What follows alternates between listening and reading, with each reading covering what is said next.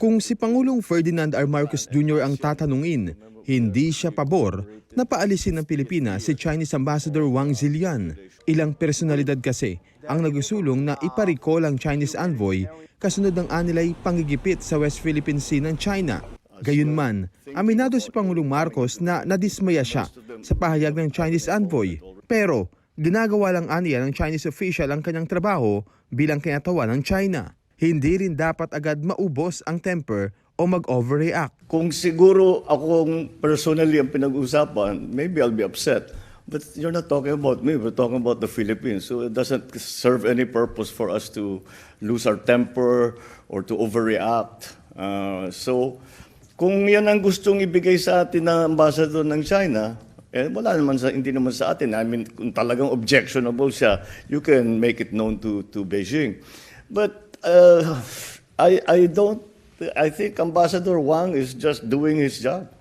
He's just doing his job. He's continuing to state the Chinese narrative. Of course, we don't agree with that narrative.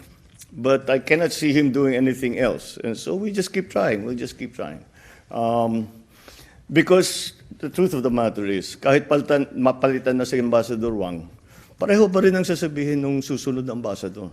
Dahil yun ang linya ng China. Umaasa si President Marcos na mapag-uusapan ng issue sa pagitan ng China. Ang issue sa West Philippine Sea ang isa sa mga tinalakay sa sidelines sa katatapos lang na ASEAN-Japan Commemorative Summit. Muling binigyang diin ng Pilipinas ang hangarin nitong pag-usulong ng mapayapang paraan sa pagresolba sa issue. Sa issue naman ng swarming incident sa West Philippine Sea, sagot ni President Marcos, we are exerting all efforts, no? But we have to be very careful that we do not overreact, that we do not that we do not make mistakes that might be misinterpreted by anyone. Kailangan talaga maingat tayo dahil pag may nangyari ulit dyan, if we heighten the tensions, it won't lead us to a good result.